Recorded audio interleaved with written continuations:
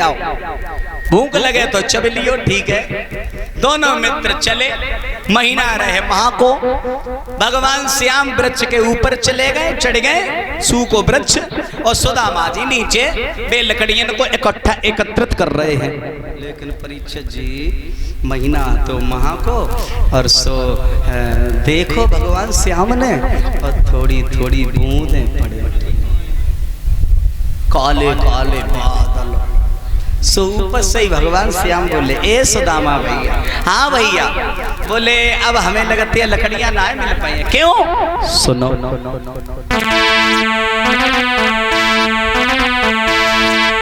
अरे काले काले बदरा ये सुदामा भैया है रहे जी, काले काले बदरा सुदामा भैया है रहे, काले काले बदरा सुदामा भैया है रहे जी, काले काले बदरा सुदामा भैया है रहे जी। एदी कोई नैनी नैनी, एदी कोई नहनी नहनी, अम्मे कोई छोटी छोटी, अम्मे कोई छोटी छोटी, बड़े भोवारे काले काले काले बदरा सुदामा भैया है रहे जी, काले काले बदरा सुदामा भैया है रहे जी। कोई नैनी नैनी, एदी अम्मे भोवारे काले काले बदरा सुदामा भैया है रहे जी।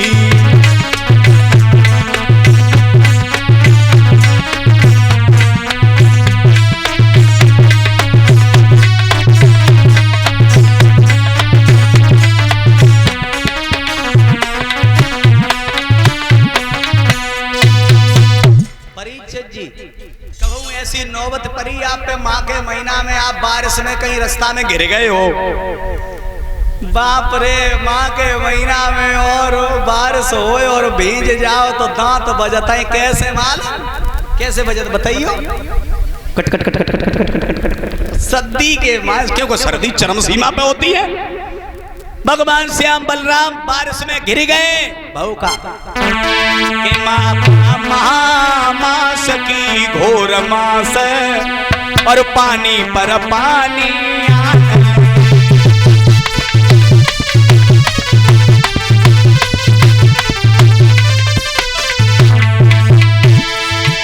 वह महामास की घोर मास, और पानी पर पानी आन लगे, अरे वृक्ष तले दोनों कुमार, और सर्दी से सिकुड़े जान लगे।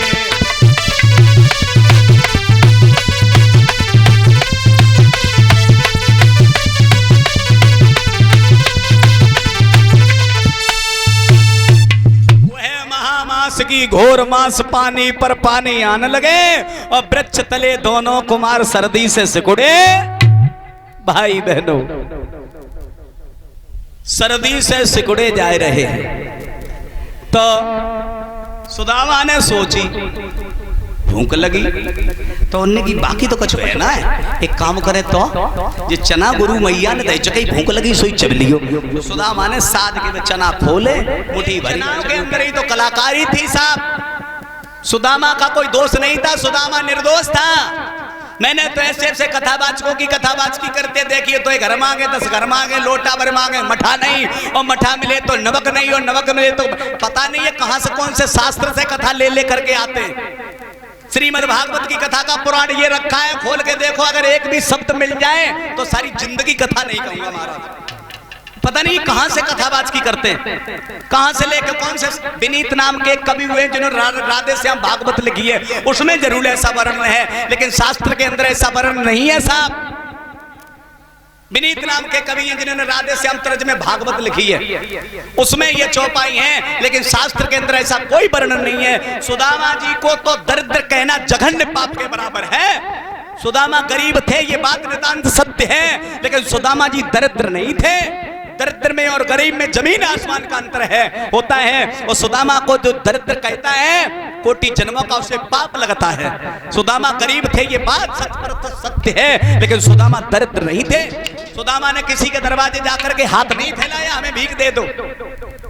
लेकिन मेरे जैसे मेरे भैया कथावाच की करते हैं, भगवान को भी नहीं डरते। आखिर ये शास्त्र कहां से लेके कहते आते। प्यारे भाई बहनों, आप सब हमारे यहाँ पढ़े लिखे समाज के लोग हैं, ये शास्त्र रखा, आप लोग अध्ययन करो साहब, उसमें देखिए अब हुआ क्या। तो सुदामा जी ने वे चना जो हते परीक्षित जी, सुदामा जी बड़ा उच्च कोट का ब्राह्मण था। सुदामा जी का 12 भागवतों में नाम है, जो 12 भागवतें होती हैं उसमें सुदामा जी का नाम अंकन है। तो सुदामा जी कोई खेल नहीं था।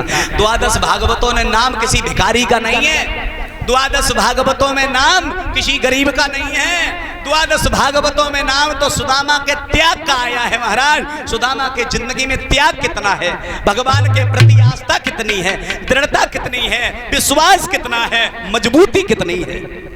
आगे कथा आ रही है, मैं महाराज सुना रहा हूं। हुआ क्या, इधर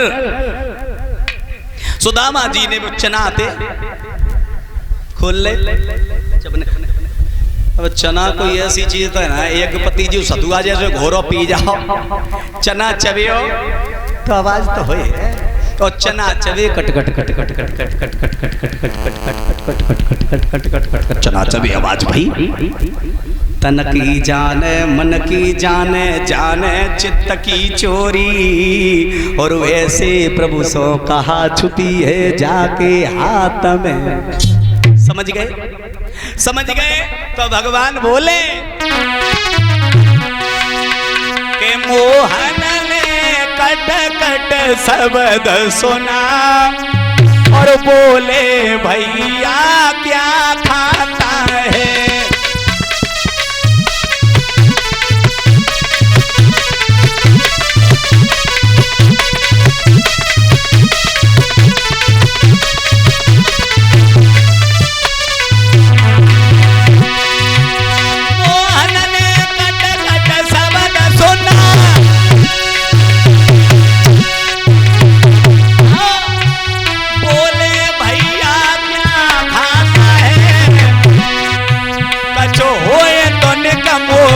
दे दे कन्हैया बोले, कछो होए तो निका हमको दे दे।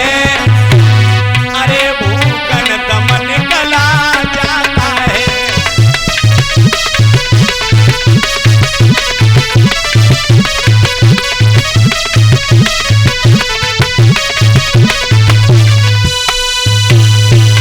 सुदामा जी बोले चुप रहा, चाहे हमेशा खाए जैसी सूजी राते, या सर्दी के माए हमारे तो आगे लगे दांत बज रहे हैं, वो जो कह रहे हो खाए कौन। भगवान श्याम का चुनाव बोले, बोले नहीं, बोले कोई बात नहीं है साहब। अब हुआ ये कि थोड़ी देर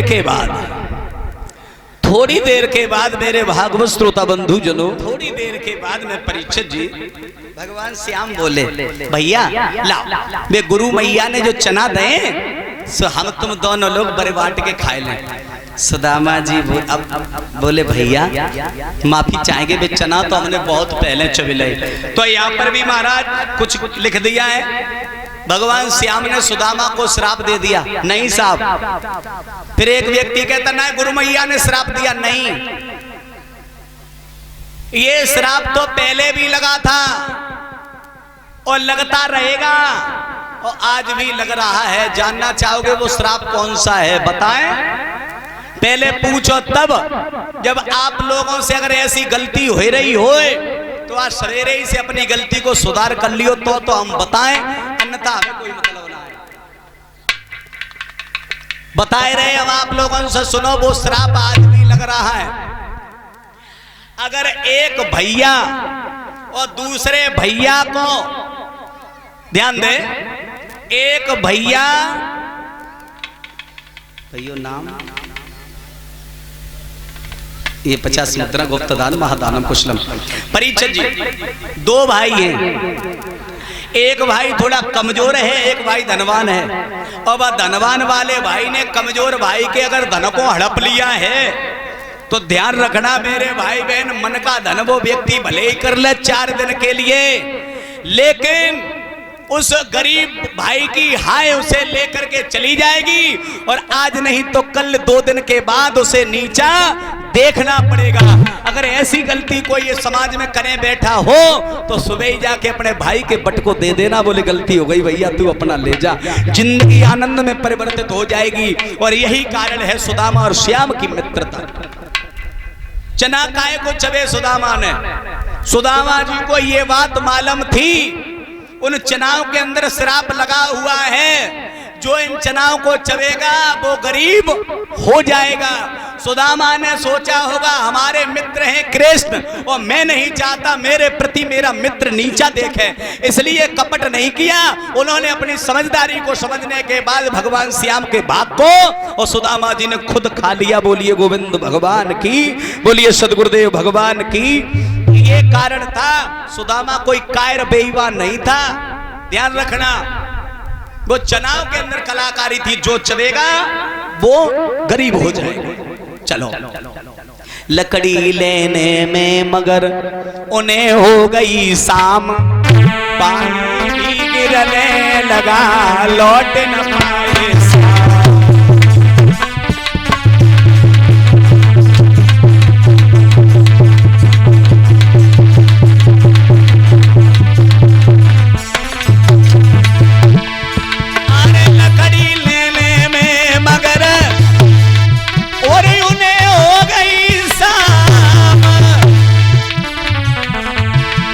पानी भी गिरने लगा लौट न पाए श्याम।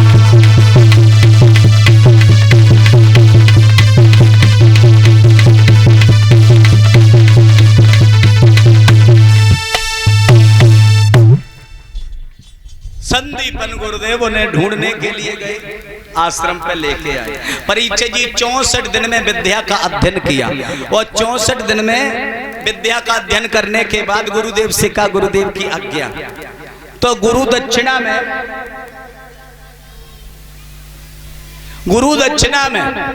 आज भगवान श्याम ने महात्मा गुरुदेव संदीपन जी के बेटा को यमपुरी से पुनः लेकर के आए हैं।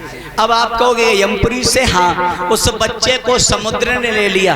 भगवान समुद्र के पास में गए जिसमें शंखचूड़ नाम का दैत्य है। समुद्र बोला वो बालक दैत्य पे है, उस दैत्य का वध भगवान ने किया जिस दैत्य से पंचजन्य नाम का शंख की प्राप्ति भगवान को हुई। वो दैत्य बोला वो बालक यमलोक में है। भगवान यमलोक में कृष्ण बलराम गए, उनके बच्चे को पुनः ला करके दिया है। तो गुरुदेव का हृदय गदगद होगा गुरु दक्षिणा में।